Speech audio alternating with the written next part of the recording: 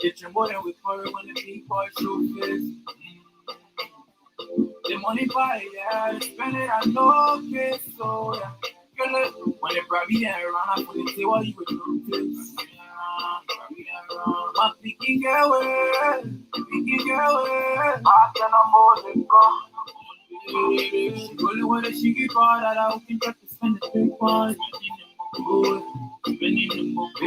Big boys on the shisha. She feeling my go gaga. She want parade with a t-shirt. She want parade. You can treat it the army. You can treat it the army. Oh, baby. You can even call your friends if you army. You can treat it the army. Money by yeah, money by yeah, money by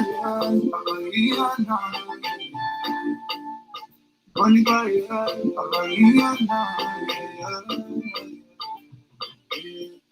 every day particularly June up for me,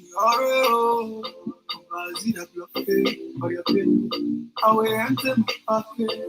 You gotta worry, I don't want you to worry. Anything you want, just ask me. Let me take you to Boulevard. We can go to Uncle Sara. Then we go to Mrs. Fire. Then we go to Golden Gate. Oh, apagia, whatever, apagia, Imana, oh, yeah. Don't worry,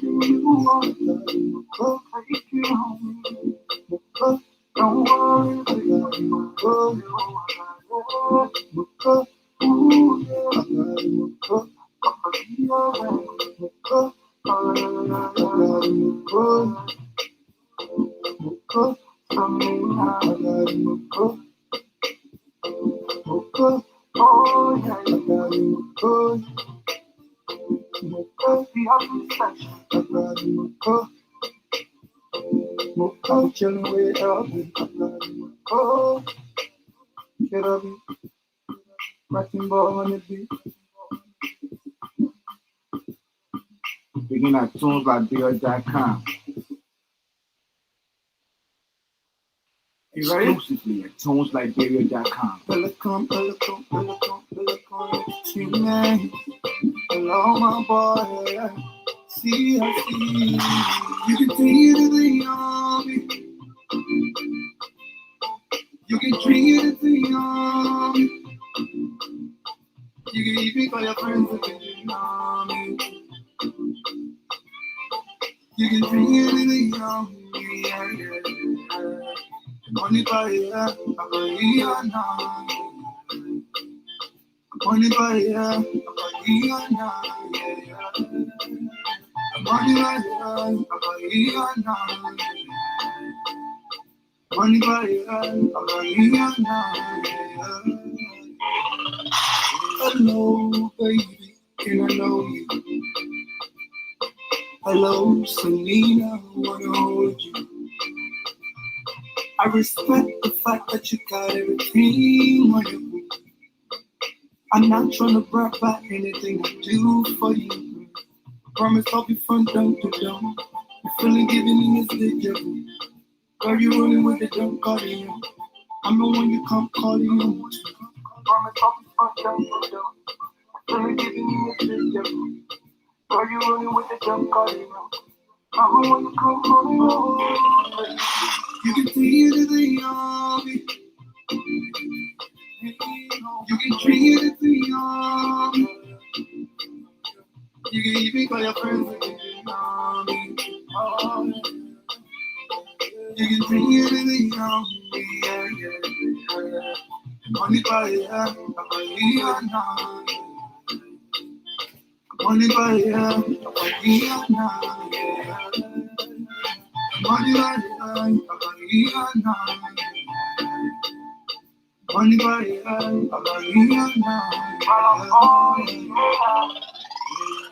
get your boy with her when the big boy show face. The money by spend it, I know, okay, so yeah. When they grab me around, I'm gonna say what you would notice.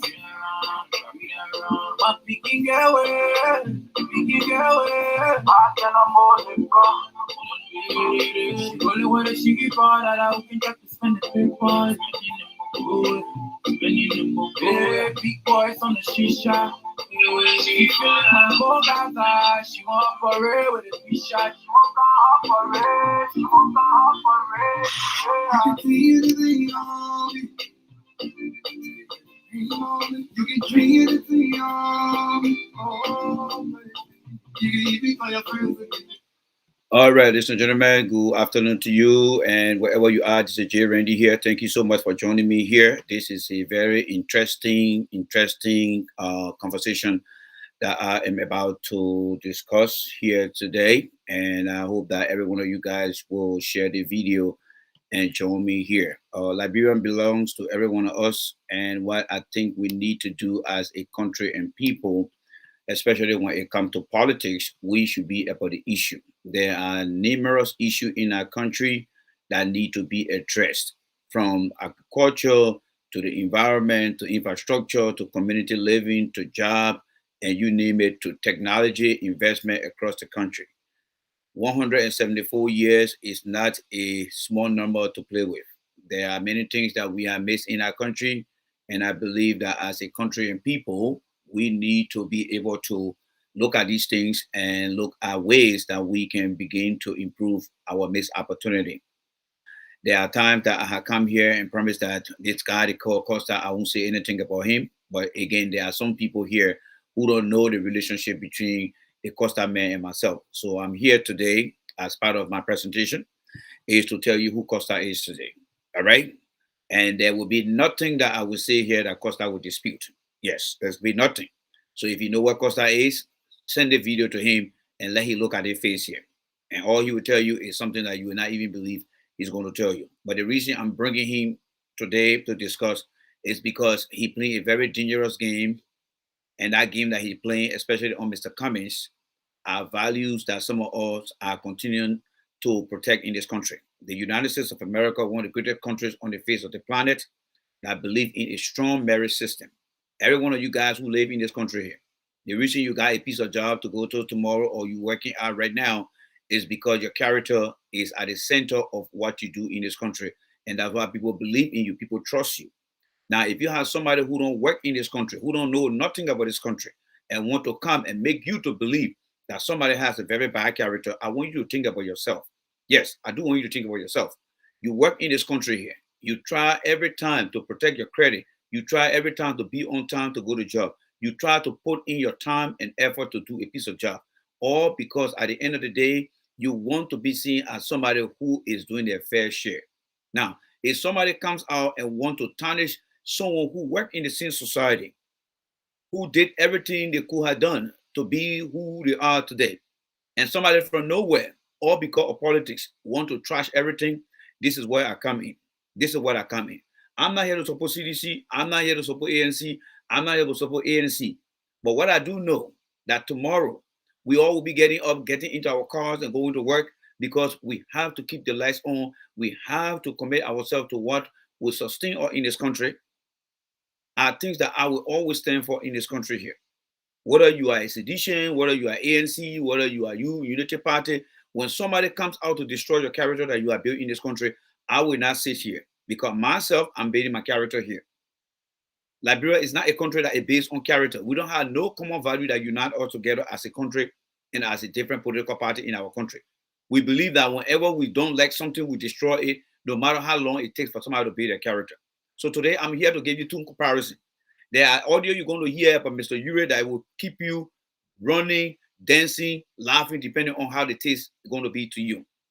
All right? So please join me and let's begin this show here. Now, let me say a big thank you to the folks of the ANC. If you guys remember, and I think I have the video here. Let me see where I can play that video here for you guys here because I tried to do something but I'm late with time here. So let me see what I can do here for you guys. All right. So I have the video here. Where is the audio here? So I'm going to borrow this audio from here. I think it should be able to play on my phone here. So I'm going to borrow this audio here and I'm going to play it here for you guys here. So let me see here. All right. Let's see here.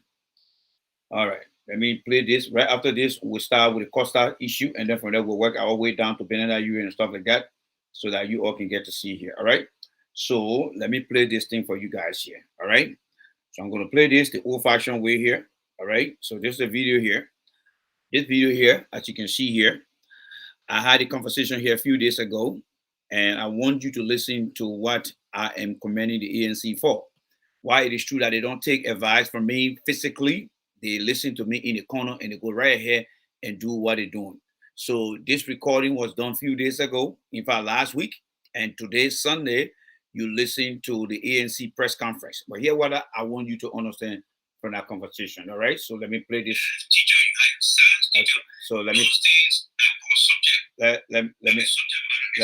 me go back to it. Forgive me here. Forgive me here. Let me go back to it here. So let me go back to here and then start to play it for you again. All right. So it's right here. I think the lawyers that need to come out and give a joint press conference to explain to the library people why actually they changed and why. So that people can understand, right? The people who on different talk show generally with this thing. And that's one of the reasons why I don't watch all the talk show, because I feel that most of the talk shows guys from Liberia that run the show, they don't understand their function, they don't know their limits. They just discuss everything. And then they know the night, they know the day, they know everything. And when you find somebody like that on Facebook, trust me, I don't do that. Because remember, when you went to school, you have your math teacher, you have your science teacher. Those things are called subject matter experts. When you get people on Facebook who either know everything, when you get people on the radio who either know everything, that society is heading for a calamity. And that's why I want you to understand you. Now, I'm reading to you what I think you need to catch, and that's the findings. If the findings, if the amendment were made by lawyers, I want a lawyer to come and explain their parts. So, all right. So when I made that podcast, I encourage the ANC people to make sure that their lawyers come out to explain some of the legal terminology as it relate to whether there was change, what type of change was it, if there were no change, why and why not. And by stand up, I want to appreciate them. They came out today and they presented a full-blown press conference where they lay out things. That's what we call a transparent organization. Again, I'm not here to tell you that I'm supporting the ANC, but if you live in America here and you believe that what you do every day, whether it is the police having the conversation with you on the street, whether it is you having a conversation with your bosses at work, or having a conversation with your school, or your kid's school administrator, you want to make sure that things are done by context and by principle that align with value that support the integrity. And that's what I think the ANC is trying to do. But let me say this today. I listened to Mr. Cummings for the first time today. And from what I heard Mr. Cummings read today, after all the years of Mr. Cummings being in Liberia, this is the very first time that I will admit that some of the words that came out of his mouth, such as ethics, value, principles, character, I kind of relate to him today.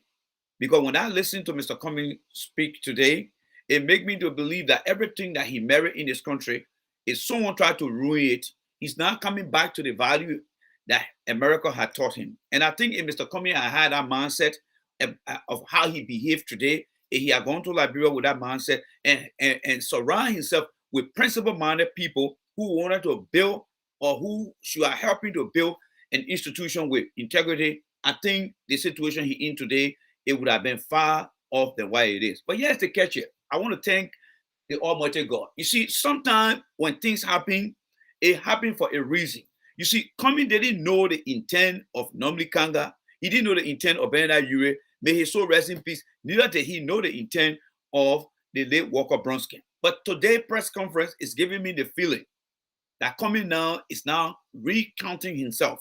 Yes, he's trying to recollect himself, that the people he once smiled with, the people he once shook hands with, they are now showing him now the real human being they are.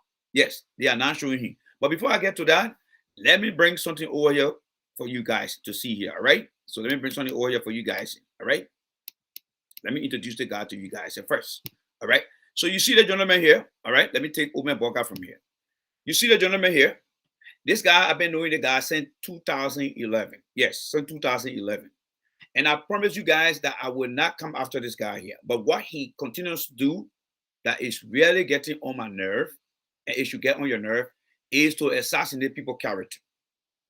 There should be for no reason. Like I said, you in the country. I don't care where you work in the factory, where you work in the group home, the nursing home, wherever you work in this country. One thing that keep you on that job is what? Your character, right? Your behavior. You want your character, your behavior, your daily standard of work. You want it to align with the company you work for that have policy structure in place so that you can maintain that position, so that you can be giving some type of prize or gift at the end of the year for a good service that you run up. Don't you think about that all the time? That is why you go to work on time, right? But you got this individual here, all right, who is not working in this country, who does nothing in this country, don't understand how the structure of the corporate world work. But because he found himself among Liberian people, many of them who are politically induced or infused, whether they don't like Joe we are now, they don't like commies, they allow this guy who don't understand anything about building characters in this country. You see, one thing about America, you don't have to be like Liberia. Liberia people take cash to purchase things. America here, part of your financial character is based on how you manage money that's given to you, right? From the credit card you get to the loan that people gave you, why you think you want to maintain the consistency of repaying whatever is given to you is because of character. Come and live in this country. Come and know what it means to handle a position and live up to the standard of the position based on the policies and practices, best practices of this country. You live in this country, you work, and you know what your job tax is all about. You know what it means to maintain a cool character, to be cordial with what you do. And when somebody comes to you and tell you that somebody have a very bad character, and you just take all those things that you continue to protect in this country and sweep it under the rug and begin to listen to that individual, do you really think you're learning something in this country here because of politics? This man came in the country in 2011. When I met him for the first time, we had conversation. He told me his intention. He told me what he wanted to do. And I supported him to give him everything he wanted. When you hear the man talking about coming is a co-glossator, I was the one who helped him to understand how things were, providing information to him about government officials, not in a negative way, but under the Freedom of Information Act. Record that were public, I gave it to this guy here. But little did I know that this guy was blackmailing people. All I wanted at that time was to be very transparent. Even though when he was in Liberia, he was very transparent. And that way I fell in love with him and felt that, oh, if he needed necessary tools that I want, I will give it to him. You know where I laughed the last time? There was a lady who came out and came after him, blasting on him, going ballistic on him, and said a lot of things about him. And that reminded me of what she went through, what I went through before she did. But I think she had learned her lesson. She had learned her lesson. But I want to tell you that this guy came in here. He came here. I don't know what his intention of coming to this country here. But when he came here, many of us surrounded him and gave him the opportunity that we wanted to give him. But he turned around. He turned around. He turned around. After he turned around, he started to do some dubious things that was very surprising to me. He came as an advocate. He came as an advocate. And I fell for it. But in 2016, at the end of that year, he went back on Radio LIB and told every one of us that he was no longer an advocate. He used the phrase where he said, I am Rush Limbaugh, and may Rush Limbaugh so rest in peace. And I asked him, did you know who Rush Limbaugh is? He said, I'm Rush Limbaugh. And he left and went to Liberia. And within a few days, he joined the ALP. And now I begin to challenge his advocacy. Is he now a politician or is he an advocate? Many of you guys live in this country here. I'm not here to educate you guys here. But they are real advocates and you know them. If this guy comes and say he's an advocate, but the next day you see him supporting a political candidate, and there's nothing wrong with supporting a political candidate. You can support any political candidate you want, all right? You can support any political candidate you care for. That's fine. But when you get into the business of tarnishing people's reputation, or because of political reason, then we challenge you. I don't know what you guys that live in this country here. I don't know what you guys here. But as a manager in this country that go to work every day and protect people's lives and work with regulators and investigate incident that happens, character is a matter in this country. And I know that many of you guys here, some of you guys just go to work, people tell you what to do, you'll come back. Or even if people tell you guys what to do, sometimes you'll do it, but you don't understand why you're doing it. It's up to you guys. So when people build a character and you have this individual here, this individual right here, who want to spoil other people's names, we will come out here, especially me. I will come out here and begin to tarnish your reputation. First rule here, all right? This guy right here, all right? One of the first things that I was over this guy. You see the radio station here today? Many of you guys don't know what Voice FM was. This guy used to run the station called Voice FM. Many of you guys got to know him through Root FM. But now you're going to know how Voice FM to Root FM started. This guy here, when he came to this country, I was a strong supporter of him, just like how many of you guys are today. When he came to this country, we had a conversation. And Ellen was planning to shut her radio station down. When Ellen attempted to shut her radio station down, she got advice from Eugene Nambe, who said, don't shut him down. Because the frequency he's operating, the FM 102.7, that frequency doesn't belong to him. So he came on the show and we had a conversation. I was at work when I received the call. If what I'm seeing is untrue, anybody who know the guy right now, call him right now. Call him. Let him come. Call the Costa man right now. I challenge every one of you guys to call Costa right now. Call Costa right now. Send a video to him right now and let him look me in the face. Because the story I'm about to tell you, if he said that's not true, then let him give me a call. So he came on Radio LIB, and I'll give names. On our show was Sunama Tunis. On our show were Christian Nelson, aka Nokofo. On our show was Jordan P. We had a conversation. And he said to us that the frequency he obtained, he got it from a friend. And I asked him, because I used to be the one who always would defend him. But the other guy was very skeptical of him. What I'm trying to tell you here is the character of individual you guys are putting here. That's the picture I want to put in your head. That's the picture I want to build for you. This guy got a very dangerous character that you guys don't know. But all because of politics, you're falling behind this guy. But I'm going to attempt to help you understand who you are messing with when the American men say, you don't know who you're messing with. That's the guy I'm trying to tell you about here. So he came here, and then what he did was, when he started to explain about the frequency, I asked him, I said, how did you get the frequency?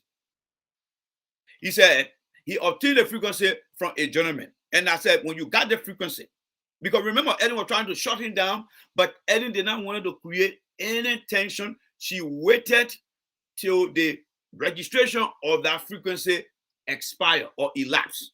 Check how you got your car. Every year you go for inspection, or every 5 years or 3 years you go for inspection, depending on the condition of the car. That's exactly how it is. Check how you get your driver license. You have to go and renew it after certain years. That what happened to this guy when he was running Voice FM. All right. So when Ellen attempted to shut him down, the regulator told Ellen, don't shut him down. The frequency he has, it doesn't belong to him. He purchased the frequency on the black market. So while on the show that day, I asked him, I said, Mr. Man, yes, who did you buy the frequency from? He said he bought the frequency from a guy. I said, when you purchased the frequency, did you register it with the regulatory body in the country? He said, no. I said, but you don't own our frequency technically. And he said, no, I paid the man off. I said, but it doesn't work that way. Just in our time, ladies and gentlemen, just in our time. There's a guy, I don't know why he still lives in Philadelphia, but his name is Charles Wilson.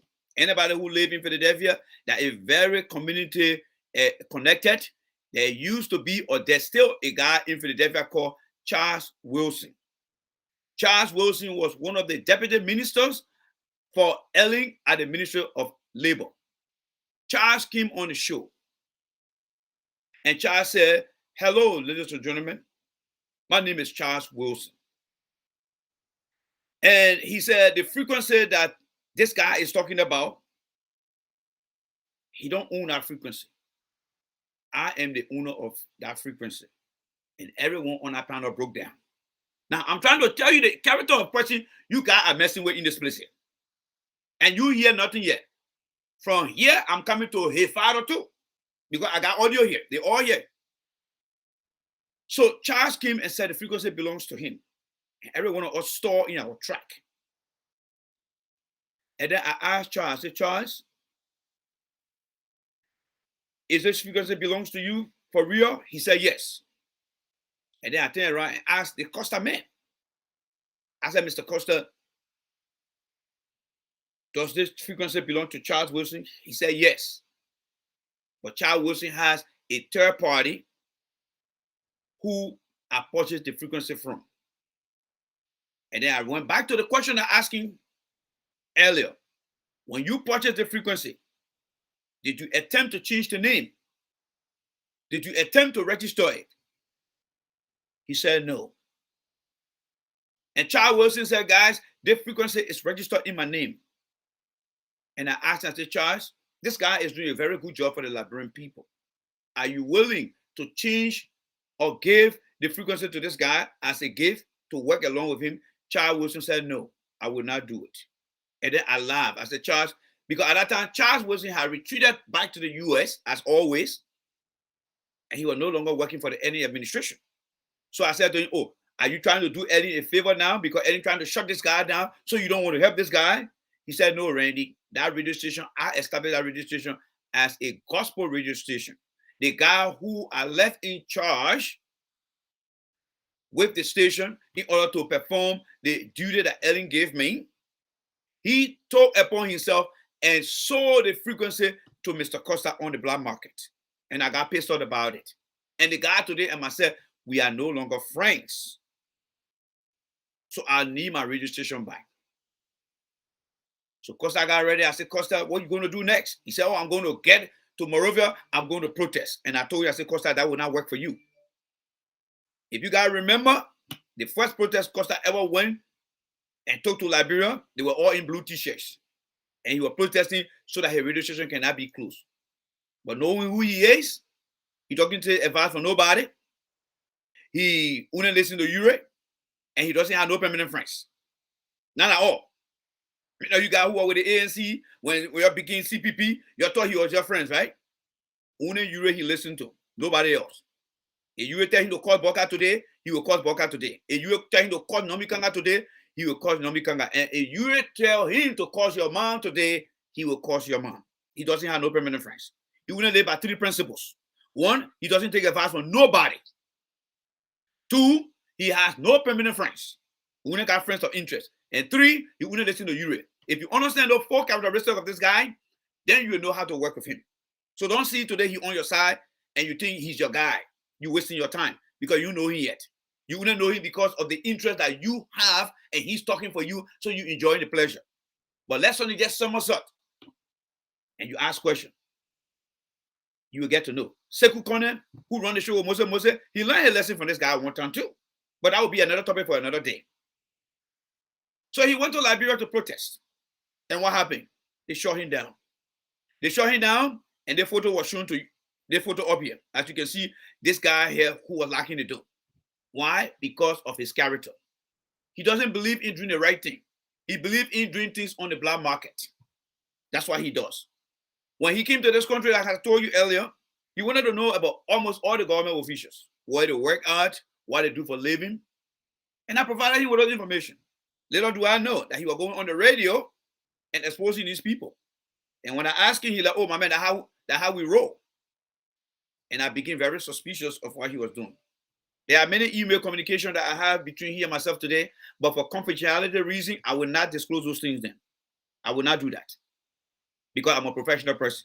But there are times that he wrote me for so many things, not monetary things, but for information on other important matters that were publicly related. I cannot share that with you because it was a confidential agreement between he and myself, and I'm not going to disclose those things. Another thing that happened also too, Amara Conan, when he was finance minister, used to go around to promote the poverty reduction strategy program. And Amara Conan went all around and gave every registration $5,000. And I will say this: if you're going to be a finance minister in the CPP government, if there will ever be a CPP government, or if you're going to be a finance minister in any government in Liberia, if this guy and you cannot get along, you will be the enemy forever. He will never work with any finance minister that doesn't take care of what he wants. He did it to Gafon, he did it to Conan, he now doing it to Tour, and whoever come after Tour, he will go ahead and do it. Because you know why? He doesn't like to work. He believes in blackmailing people and you giving him money and he keep cool with you. Ask Amara Conan. The two successive back-to-back budget shortfall, it was because Amara Conan was giving all the guys some money. Most of the press people for PR. Most of them. And they benefited from it. He also benefited from it. But when something happened after he left from DJ Blue, if you don't know this, let me tell you. DJ Blue used to be in the United States here. He left and went back to Liberia. I'm not going to give you the detail. But where Costa started from, he used to work at Hot FM. When he started working at Hot FM, DJ Blue had just left America. He's not supposed to come back here anymore anytime soon. So this guy went and took a space on Hot FM, but he became so radical and politically radical and started to blackmail people, targeting former Salif and others. So there's a guy called Daniel Bropin. He and Daniel Bropin were in the studio when former Salif went there and arrested him. Whenever you see the guy with handcuffs on, it was the arrest by by former Salif. But Ellie Johnson, knowing who she is and smart as she is, she also protects her character too. She said, leave me alone. And then from that day, he became very popular. But what happened then? DJ Blue, who left from America, could not come back here again, called him and had a friendly conversation with him and said, look, man, this is all I got. And I don't want to be an enemy to the government. So we have to part ways. And after they parted ways, it was how he got that frequency. Now, when he opened that radio station for the first time, he claimed that Amara Conan took money from the government and gave him $5,000. But Amara Conan came back and said, no, I didn't get the guy no money. In fact, I gave every talk show host and radio station $5,000 to promote the PRS program, Poverty Reduction Strategy Program. But he insisted that Amara Conan gave him money. So I went on the show again because I got a call. I got a call and asked you on the show, Mr. Costa, yes, the money you say Amara Conan gave you, how did you receive the money? He said, Amara Conan, he said we had a program and we were soliciting funds from everybody. And what I'm telling you, I hope he's listening right now. I hope he's listening. And that's one of the reasons he will never respond to me. That's one of the reasons he will never respond to me, because everything that I'm saying is all facts. I gave you names. So he said, Amara Conan sent this money by one guy used to be called Lawrence Randall. May his soul rest in peace. Lawrence Randall came here on a scholarship. He came to the United States. Mo Ali went to the United Kingdom because Amara Conan promoted people. He's not a Samuel Tour who is very mean and selfish. Samuel Tour don't have nobody to go to school. I will give it to Amara Conan. Amara Conan sent a lot of young guys to school when he was finance minister. He promoted most of them, including Lawrence Randall. So Lawrence Randall came, according to Costa, and brought him money. And I asked Costa, when Lawrence Randall brought that money to you, was it a check? He said no, it was a cash. And I said, when you received that cash, did you ask Lawrence Randall to sign, or did you ask and say, Lawrence, can you say on behalf of Amara Conan, here is a $5,000 as contribution to your new radio station? Because it was that time he had purchased the radio station on that black market deal. So he was trying to solicit other money from the public, which is not illegal to do. In that instance, he was trying to accuse Mr. Conan of only giving him money, and Mr. Conan said no. Again, I'm reminding you that I'm trying to tell you about this guy character, who he is. So let's continue to unpack what I'm telling you guys right now. All right? I hate to come after this guy, but second time when he tried to tarnish people's reputation who work hard in this country, I will have no reason but to come here as a professional myself. Yes, as a professional myself. Because I won't let anybody to destroy what I work for in this country. Likewise, you should start thinking about that too. There are ways that you can have conversation on an issue whether the person is incompetent or the person is not fit, but don't go and destroy some of the character they have built in this country here. You don't want to do that. And that's why we need to defend what we believe in, that we merit and earned. But this guy don't believe in those things. All right?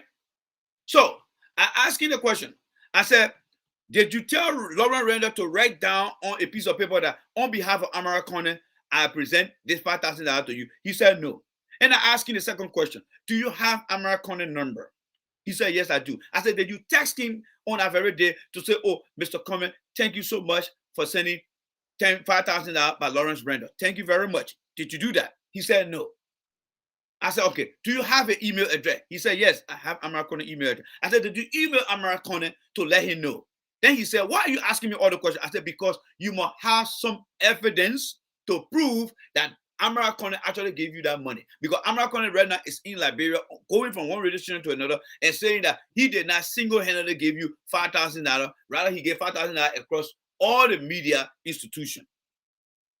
So if you want to have a case against him to say that money was deposited to you singly and he's saying this, you don't have it. You don't work for the bank to trace the number of that money he gave you. So you have no case. And then he responded to me, well, I don't know. And I said to him, welcome to America. The greatest country on the face of the planet that will tell you things that when you were born in Liberia, you never knew. In this country, everything go by documentation, and you learn to track documentation. And he said, okay, I got it. What I'm trying to tell you here is an individual with a very dirty character. He will do anything for money. Now, during the election, so let me springboard to the election. During the election, who was he campaigning for? He campaigned for Ure. He campaigned for Ure all the way. But before he started campaigning for Ure, he was invited to Washington, D.C. by the same ANC. ANC invited Costa to Washington, D.C. to go and speak because ANC was trying to recruit him at that time. Guess what? He went there. They put him in a hotel. And this story was told by himself on Facebook. On Radio LRB. There was no Facebook Live at that time. But when he came back, he decided to maintain his commitment to Ure. He let ANC people down. ANC people it didn't settle with them too well. And that was the beginning of the love and hate relationship between ANC and Costa. That was the love and hate relationship between them. He came and went back to Liberia at the end of 2016, and the ANC party was launched at the Anthony Tottenham Stadium. And he campaigned for what? For who? Ure. He campaigned for Ure throughout the whole process. Humiliating Boka. Boka is a dead man walking. It will be a calamity. But what happened in the second round? He came back and started campaigning for Boka. Let me ask you this question. Sean Hannity is a strong Republican talk show host. Right? Glenn Beck, strong Republican talk show host. Greta, and you name all the strong Republican people. When last have you seen them switching carpet to talk for the Democratic Party? You guys are dealing with a character that don't get a damn about you guys. Like he said, he has no permanent friends. He only have interest. So he campaigned for Boka in the second round. And then what happened after we are won? He returned to the United States and then went back after we are won and sat down on Smith Tobey show. Many of you guys don't know this thing, but I remember all those things because I track things. If you remember when he returned to Liberia and sat down on Smith Tobey show, what the heck is Smith Tobey, by the way? Somebody sent a video to Smith Tobey. He sat on Smith Tobey show and told Smith Tobey, I cannot be an advocate anymore. I got to survive. I got my family. That's why he told Smith Tobey. And Smith Tobey said, but people believe in you. He said, I'm not Jesus Christ. I'm not Jesus Christ. The only reason I don't have that clip, because when Smith Tobey too was looking for a job from George Weah and came out and said, Peace Tower paying a lot of people, when I started fact-checking Smith Tobey, he got a live on the OKFN show and told the guy not to black me, and they blacked me that day because I bring to hear the truth. That's how I don't have that video today, because Smith Tobey blacked me. But if he honest to himself, Smith Tobey, he will come here one of these days and verify exactly what I'm telling you guys. And just in that time, Smith Toby had a conversation with Mr. Costa. 2 days later, Mr. Costa was taking photo up with Mr. Weir. A photo he took with Mr. Weir, shaking their hands. But just a man who criticized Weir.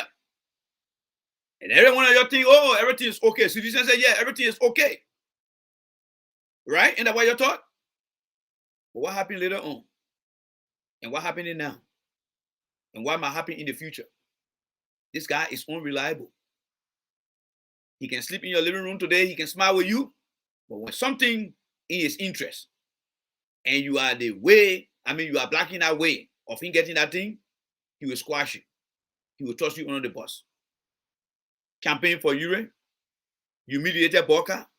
Campaign for Boka, you mediated Weir. When he took picture with Weir, and what he started to do. Oh, the government this. Let me tell you who the guy is here, folks. Let me bring this one up for you guys. All right? Let me bring them on here for you guys. All right? Enough of the talking. Let's show you what you hear for you guys. All right? Enough of the talking here. Right here. This is who the guy is. This is who he is. All right? Listen to your hero. All day the people cussing me. Tell all the people. Yes, because there are some people who hate the government and they want me to be the voice of the hate. And I'm saying this. I take too many bullets for this government. All day the people cussing me. Tell all the people. Yes, because there are some people who hate the government and they want me to be the voice of the hate. Okay, so what is he saying here now, folks? What is he saying here? When he was running and talking for George Weir, he's not telling you that he was taking all the bullets for the government. Some of you guys used to go to him, right, and say, do the wrong thing. And what happened? He left Weir that he was supporting. Now he's coming to you guys now. And there were some of you guys who were ANC member. Oh, yeah, go after Weir. That's who he is there today. That's who he is. Do you think what he's doing today? Do you think what he's doing today is something that he really loves to do? No. And because of time, I don't want to bring all the videos here because I have most of the videos here. But there's other video where he said, you don't think I don't know what you're doing to me? He knows. Everything the guy is doing is for his own survivability. It's not for you guys. It is not for you guys. You're only using you guys as a bargaining chip to get what he wants. So it will take him anything, any day, anytime, any year to use you guys for his own benefit. But deep down in his heart, the only person that he listens to is Benedict Ure. Do you see the consistency there? He campaigned for Ure during the first round of the 2017 election. When CPP, when the collaboration of political party combined, he campaigned for who? He campaigned for Walker. When CPP were coming together, he had a series of interviews with who? Cummings. Because Ure had told him Cummings is coming to us now, let's be friends with him. So when they brought Cummings in, and Cummings started to figure out what they were up to, even though they are CPP, how can you be in a house and making plans with some friends of yours, or some family member of yours? It's a collaboration of political party. It's not Boka that told him to go after Cummings. It's not Nomdi Kanga. Because he doesn't listen to those people. It was Ure who told him to go after Mr. Cummings. And because he had nothing against Cummings, what you heard him saying in a few days, Cummings at Koglo Center, FMD Action, where do you think he got all those things from? From J. Randy. Those of you who follow me religiously, when you listen to him, many of you guys started inboxing me. Oh, Randy, what you said? Yes.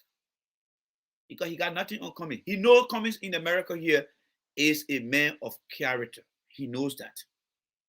He knows that. Because you know why? I may disagree with Alexander Cummings on so many things. Yes, I may disagree with Alexander Cummings. But when Ellen honored Mr. Cummings and gave Mr. Cummings such a title, many of them got jealous of Cummings. Ure was jealous. Barker was jealous. And then the late child Walker Bronsky was also jealous. Because you know why? They all came to America here and never got to where Cummings got. So when Ellie honored Cummings, that's where the jealousy started. You think the jealousy just among all of us who are at the bottom of the triangle? The jealousy is on the top of that place. And that's where they started to plan against Cummings. Little did Cummings know that he had a very dirty plan for him. Yes, they had a very dirty plan for him. But Cummings did not know. He thought they were good people. Went with them, joined with them. But where they started to hate Cummings, secondly, also to remember after the election, after the court proceeding, when the Supreme Court said everybody should, we all go into the second round, Barker versus Weir. What do you think Cummings did next?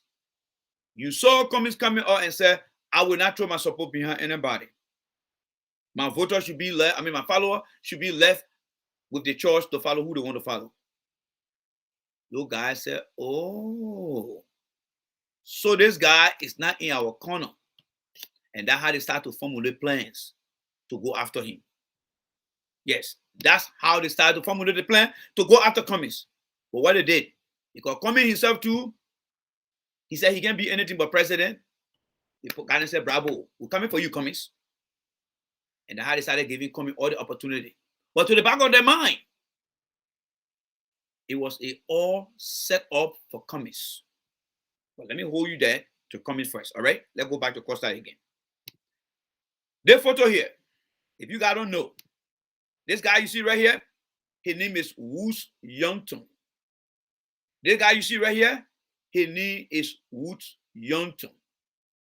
Before Fidel, before Jaliba, the guy he got now, it was one time Woods Youngton. You want me to give you an example of who Woods Youngton is?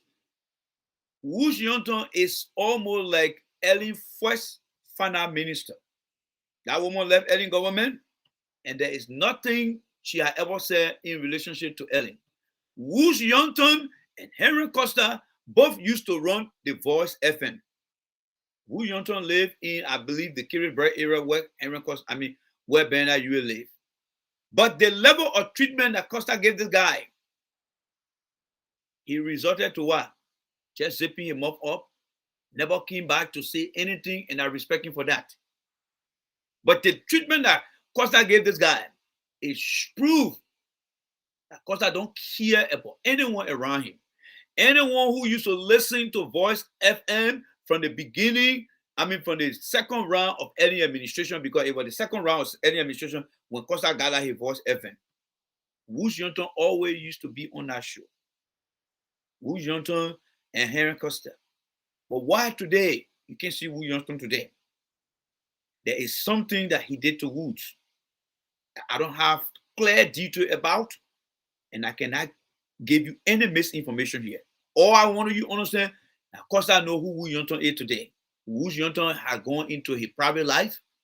He attempted to run, I think, for mayor or something. Not mayor, but some type of representative, and he never succeeded. Woods Youngton is resting today.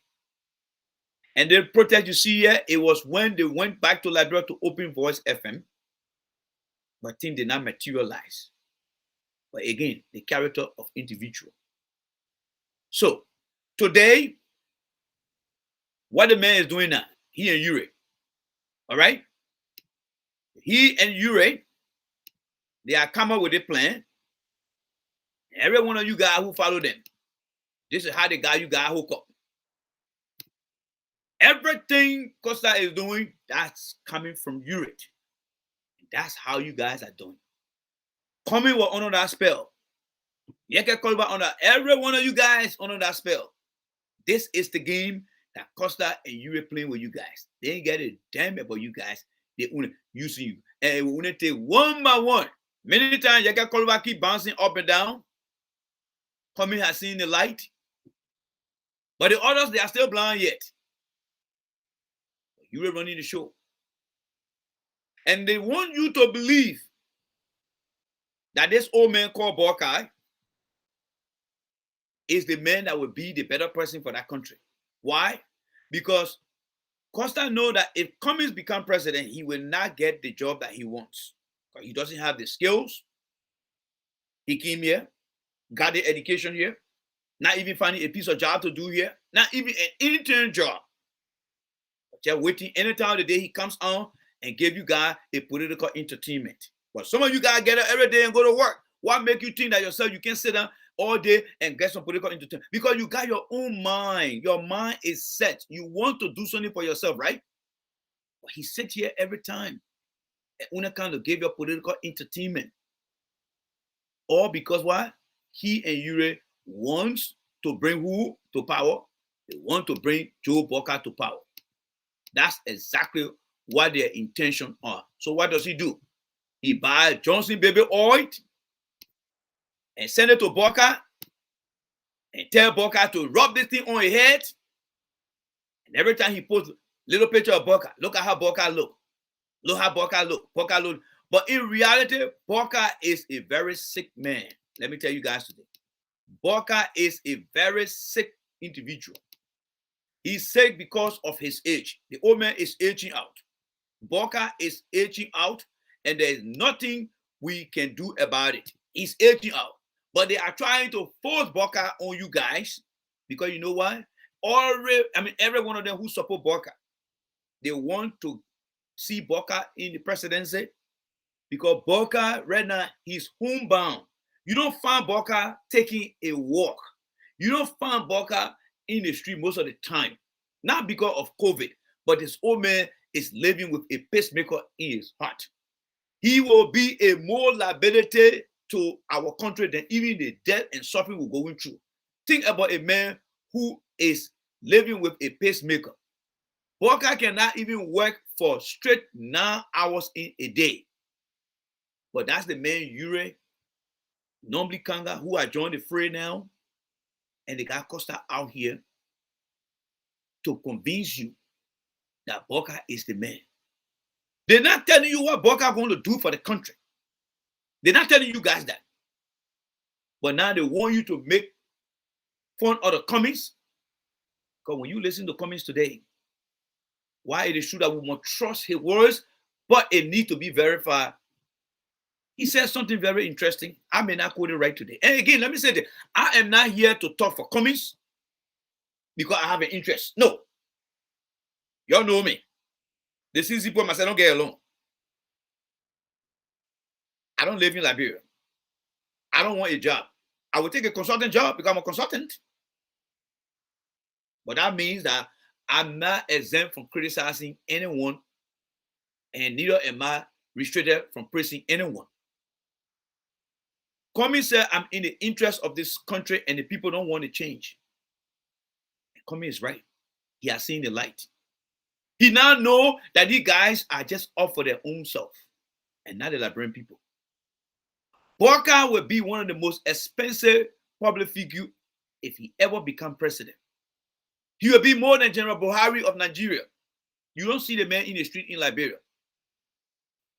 He's indoor. He's sick.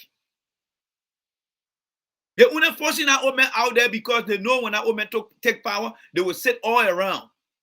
And only corrupt people with bad character you see supporting that man.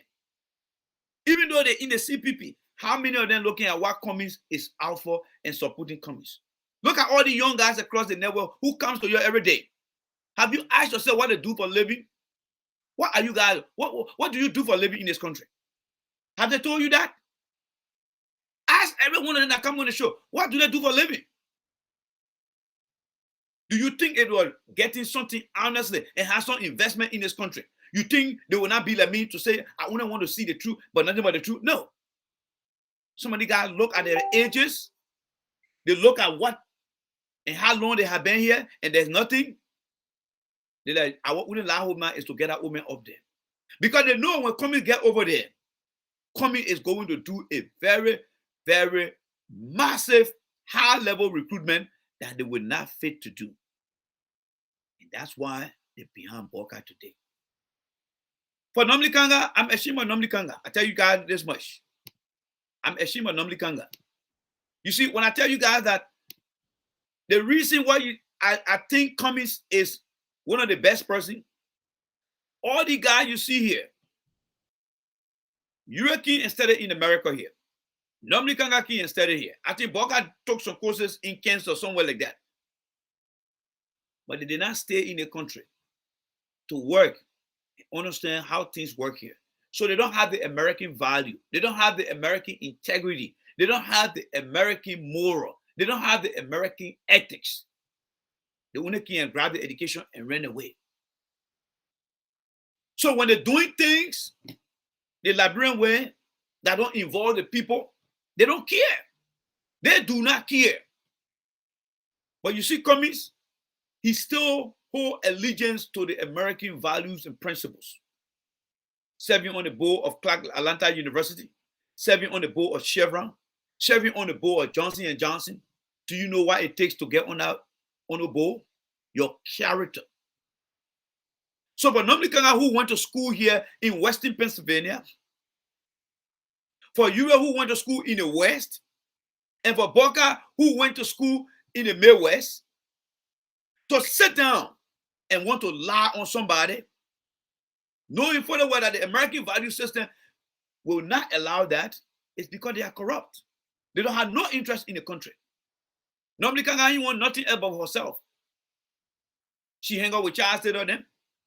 Nomli Kanga and Cyril Ali, they were partners. You think it would be an easy ride for her to get connected to Europe? No. Very easy ride. Bird or the same color fly together. All fire trunk, it's not hard to light. Nomli Kanga had connection from the Taylor days. That's why it was so easy for her to connect with Europe and go against Cummings. Because Cummings is a man who want to measure things by principle. And Cummings is not a perfect man. I'm so angry that he did not conduct his own internal primary to be elected. I took it against him and I blasted him on it. And I'm also calling on Ase Batokba. Speaking about that document, let me address Ase Batokba a little bit here. All right? Let me take the garden from here and bring myself here. Chairman Ase Batokba, I'm calling on you right now. All right? Anybody know what Chairman Ase Batokba is? Toba promised that he will be on my show tomorrow. And I look forward to seeing him. Ase Batokba, former CDC chairman.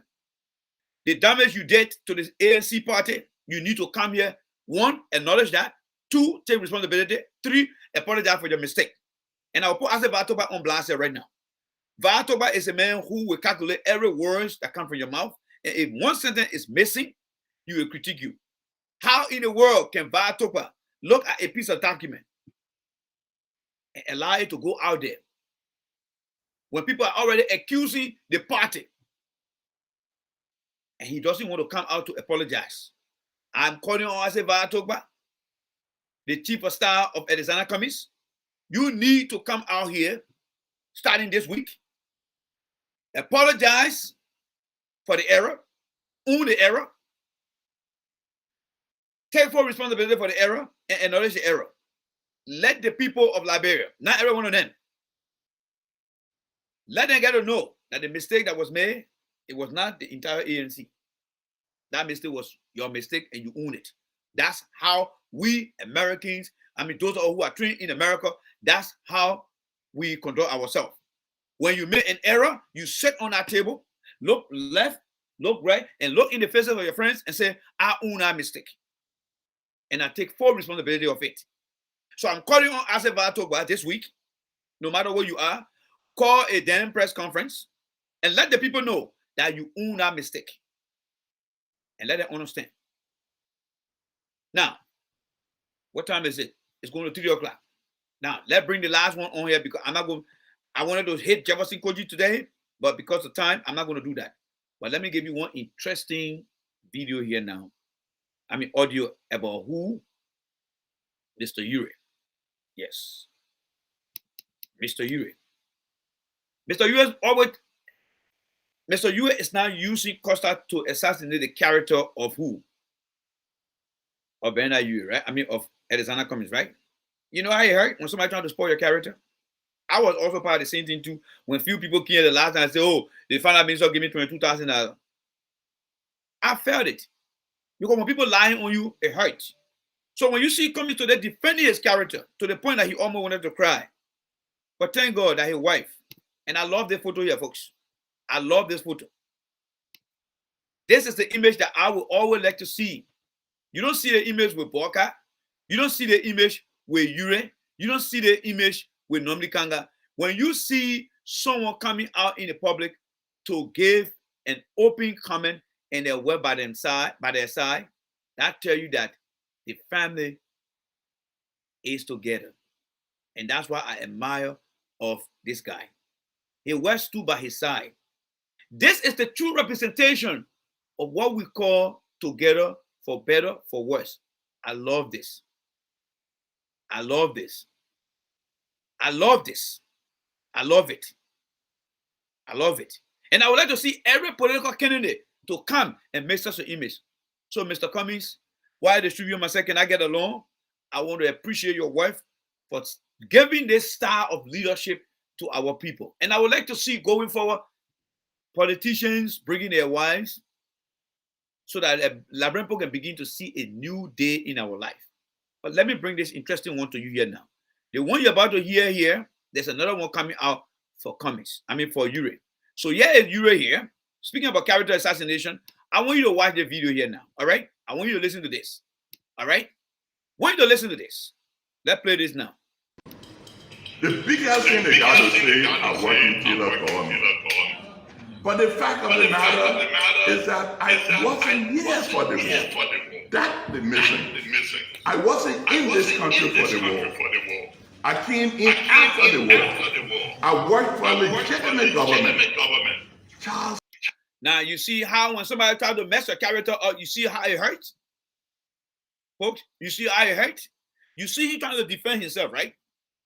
Because he knows he don't want to associate himself with somebody with a very bad character. But he using Kosa to go and tarnish somebody's character that you know and you live in America here. That for somebody to ascend to such a power, such a level as Mr. Cummings, you know it because you live through the system and see the process going on. This man who was in Liberia with Taylor is not trying to defend his character. Why you think you is fighting, making all that noise now? Isn't because his character is on the line? But some of you guys will sit down there and somebody try to destroy what Mr. Cummings built over the years. And again, I give a damn about Mr. Cummings because I don't know him from nowhere. But the only thing that combine he and myself and few of you guys is this country is built on people's character. Every one of you guys who work in this country, when your credit is being checked, when you're going for loan, when you're going for background check to get a piece of job, what you think you're looking for is that let us see your character. And you will do everything possible in this country to protect that character. And it's somebody that don't live in the country for a long time, don't even understand what it means to protect your character and want you to be somebody to believe things that you already know because you went through it. Yeah, hey, boss man here now. Just right in Liberia. Fighting for his own character. Fighting for his own character. So let's listen to here again. The biggest thing they got to say are working killer government. But the fact of the matter is that I wasn't here for the war. That's the mission. I wasn't in this country for the war. I came in after the war. I worked for a legitimate government. Charles Taylor government was an elected government for and by the people of Liberia. All right, let me hold him there. Let's hold you there. All right, and bring the second you out. And let's listen. He said Charles Taylor government was a legitimate government, right? All right. Let's see what other people has to say. It's about all protecting what? Character here, right? So I'm going to play for you something very, very important here. I want you to listen to this. We are about to climax. This is something that you're going to walk away with. It's the character. All right? So let me play this for you guys here right now. All right. Ready for it? All right.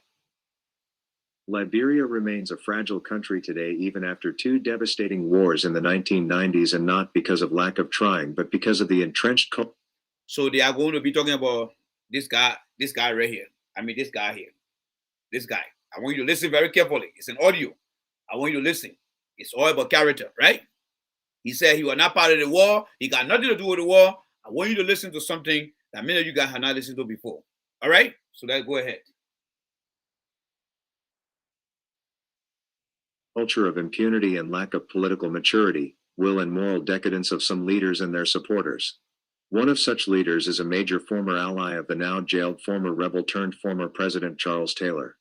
He is Benoni Uri, who has reinvented himself into a politician and allowed to have a say in the future governance of the country.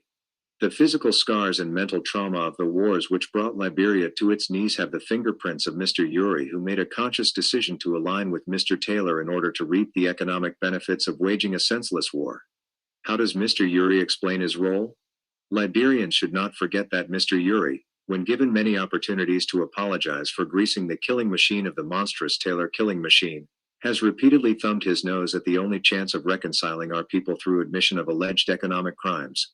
And as if to forget any of his prominent involvement in the dark history of Liberia, in Section 9.9 entitled Economic Crimes of the Country's Truth and Reconciliation Commission, it noted that, using inhuman tactics, key individuals and the supporters seized upon the chaos and strife in Liberia to gain power and to amass wealth and prolong the conflict. Further, in the same Section 10.8 of the report entitled Economic Crimes and Corruption, Impact, Plunder, and Impunity, it said, the commission of an opportunity for the commission of economic crimes contribute immensely to the exacerbation and prolongation of the Liberian conflict. In its determinations of economic crimes, the TRC report concluded that all individuals, artificial or natural, armed groups or factions, their leaders and members are responsible for the commission of economic crimes against the state and its people, which the TRC now determines amounts to gross human rights violations and war crimes. These characterizations of the credible and internationally well-respected TRC correctly define Mr. Uri. The monstrosity of the role of Mr. Uri in the Liberian theater is captured in the body of evidence collected by the United Nations and the U.S. State Department, and which led to the imposition of sanctions and asset freeze against him and others in 2000. He facilitated the arming of Taylor rebel forces through the use of funds from the country's lucrative maritime program in the 1990s. Consequently, Mr. Uri and his business interests are listed in the TRC report as an alleged perpetrator responsible for committing economic crimes. So, when the new politician and all Liberian party ALP standard bearer boasts that he is the greatest job creator in Liberia, it is only logical that Liberians question his accumulation of wealth, the fruits of alleged economic crimes for which he has yet to answer. These truths are indisputable. But some Liberians are equally culpable in enabling the rise of Mr. Uri and for the fact that those of voting age and adulthood today were mere children or unborn during the unholy alliance of Mr. Uri and his benefactor and war criminal Mr. Charles Taylor. If only they would research the history of Mr. Uri and then make some reasonable conclusions that he is directly and partly responsible for the bad dream that is Liberia today, they would be much circumspect in tolerating his utterances. But citizens who are trapped in perpetual poverty and trauma of violence and war are attracted to wealth, patronage, and power like Mr. Uri exhibits. When Liberians and the local media provide a platform to Mr. Uri to speak on national issues including governance, it becomes gross betrayal of justice and accountability for his singular role in the destruction of the same country in the 1990s for the sake of economic advantage. Mr. Uri has no shred of credibility or humanity, and the tolerance exhibited by other political leaders towards his new persona of spokesperson for the collaborating political party, CPP, is totally misplaced. The argument holds true because he continues to selfishly manipulate and undermine the collaboration, badmouth potentially credible leaders who may emerge as a formidable candidate and use the Council of Patriots, COP, as a tool, bought and paid for. In a broken country like Liberia, truth, morality, and pursuit of justice are disposables. Liberians are warned that the international community will still shy away from individuals like Benoni Uri, who has no credibility and is tainted by allegations of economic crimes. The citizens must be bold in rejecting the Uris, the Weas and their likes, and secure their future by electing moral leaders who have the respect of the international community. Moral and credible leaders. So we'll stop there, guys. We'll stop there. See, these are some of the reasons why I don't like to come on Facebook to expose some of these things in here. If and only if we do the right thing, the country got a lot of problems. We should be able to identify the issue and go after the issue. Uri is not a man with good character. He's a man with a very dirty character. From the State Department to the United Nations to ECOWAS to many Liberians who were in age and of age today, they know who Ure is. Kosa is the man who doesn't care for any one of you guys. He only wants thing for himself. He is also a man with no integrity. I don't know what Mr. Cummings' leadership will be, but what I do know, that everything that he ever earned in this country, I live here, I work here, you live here, you work here, and you know the processes that we pass through to earn a paycheck.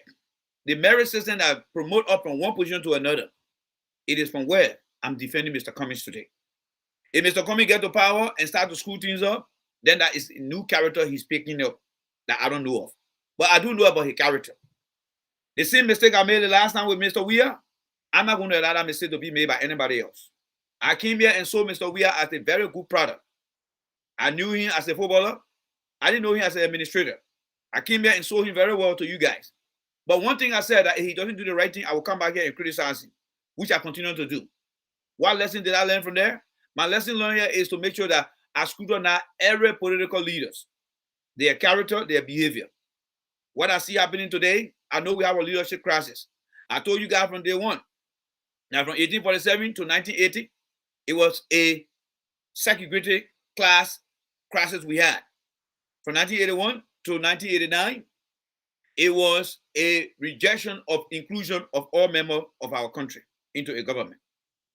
From 1991 all the way, from 2000 to 2014, or let's say from 91 to 2004, it was warring faction, crisis, leadership. We have passed all those crises. Now today we are into what? Leadership crisis. When will we overcome leadership crisis? I don't know. 26 years from now, by 2047, that will be 200 years. Where will our country be? When all the crews are dead and gone? I'm very ashamed of Nomli Kanga to be a woman who is living as a crook now. It is one thing for men to be a crook, but for a woman to be a crook, women are very sensitive to putting themselves into things. But for Nomli Kanga to be in such a way and demonstrate such a character, she needs to apologize. Yes, she really do need to apologize because she has brought shame to the women.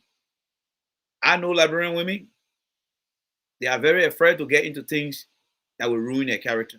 But I don't think Nomli Kanga got any gut feeling to say what I did was wrong. What she did was absolutely wrong. And she needs to apologize. When we come back here next time, we will talk a little bit more, all right, about this guy here. All right? This guy right here. When we come back next time, we'll talk about this guy. All right? This guy, he is not qualified to be in a position. Citizen, I'm sorry. This man got no clue about what even the definition of a city mayor is. This guy. If Mr. Weir want to keep this guy because he got a lot of young people that influence him, somebody want to do it. Mr. Who's that? Hello? Hello? Hello?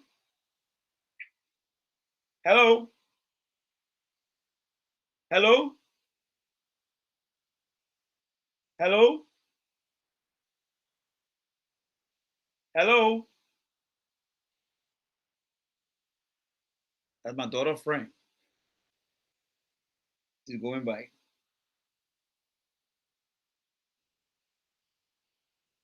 She's going back.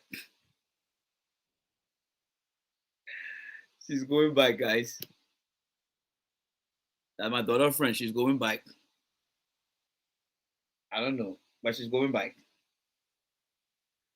Anyway, I will let her know. Let me conclude the show quick, all right? And sorry there, guys. My apologies. Her friend from the next door came, but she going back. She just rang the bell and left. All right, so guys, again, this guy right here is in no way qualified for that position. Jefferson Koji is in no way. And I don't blame Jefferson Koji. Because you know what? I blame the national legislature.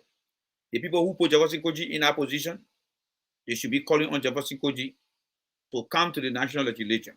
Where is Darrell Dillon, by the way? Why is it true that Darrell Dillon may not be on the committee of health and environment?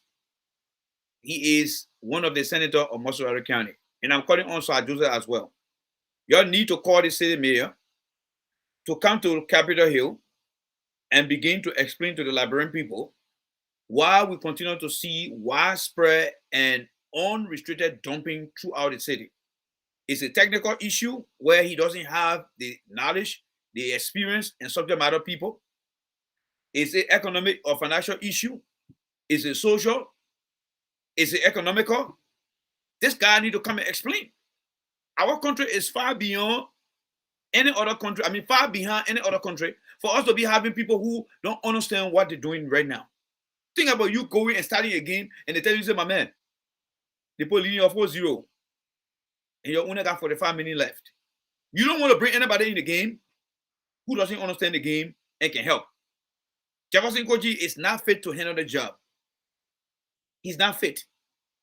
Every day, things are getting worse in our country. But when people will come and say, oh, he's doing well, he's doing well. For 3 years now, going on 4, he's doing well. Lone Star carried day well trophy when we were little. To Detroit today, we are men now. I think they playing Cape Verde today again. They will end up with another day well trophy again. We are tired with day well trophy. From sporting event to position of authority and decision making, we are tired of day well and day well and day well. So we'll come back here and talk about that. But let me leave you guys with this last one right here. All right. This last one right here. All right. This one I just want to go over a little bit here. All right. So this is the video here. Somebody sent me here from Liberia. All right. So let's look at the video here, folks. Let me tell you what's going on here. So this video here was shot in the Logantown area. This video was shot in the Logantown area. All right. So let me just give you guys a few.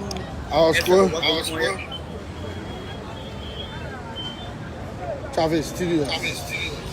There is no movement.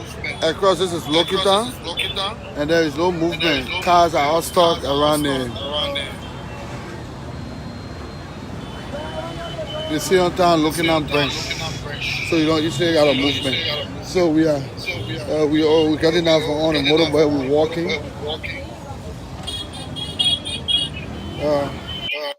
So guys, let me just tell you guys what's going on here. And I think we probably will discuss this tomorrow. Yes, let's discuss this tomorrow. Let's table this here because time have been fast spent. We'll discuss this tomorrow. All right. I don't want to take your time out. So we'll discuss this tomorrow because I don't want to discuss this in a very hasty form. And that way you will not catch it.